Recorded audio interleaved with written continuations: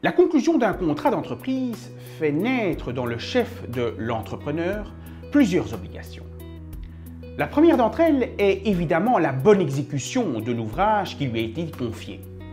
Cette bonne exécution s'apprécie non seulement en fonction du contrat conclu par les parties, mais également en la mettant en perspective avec les règles de l'art qui encadrent la profession. Une seconde obligation dans le chef de l'entrepreneur consiste à conseiller le maître de l'ouvrage.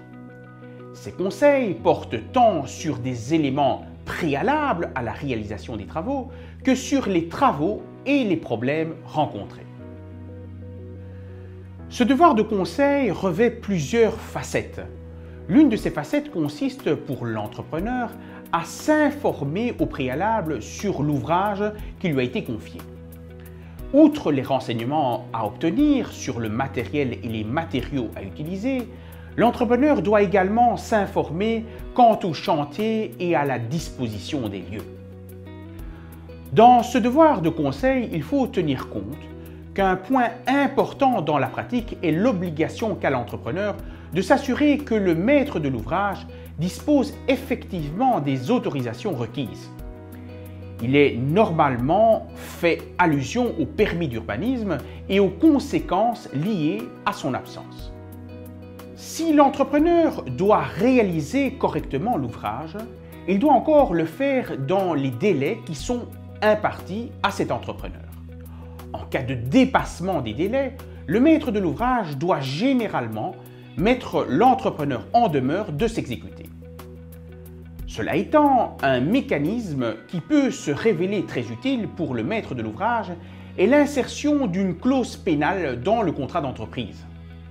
Pareille clause sanctionne l'entrepreneur du retard qu'il a mis dans la réalisation des travaux qui lui a été confiés.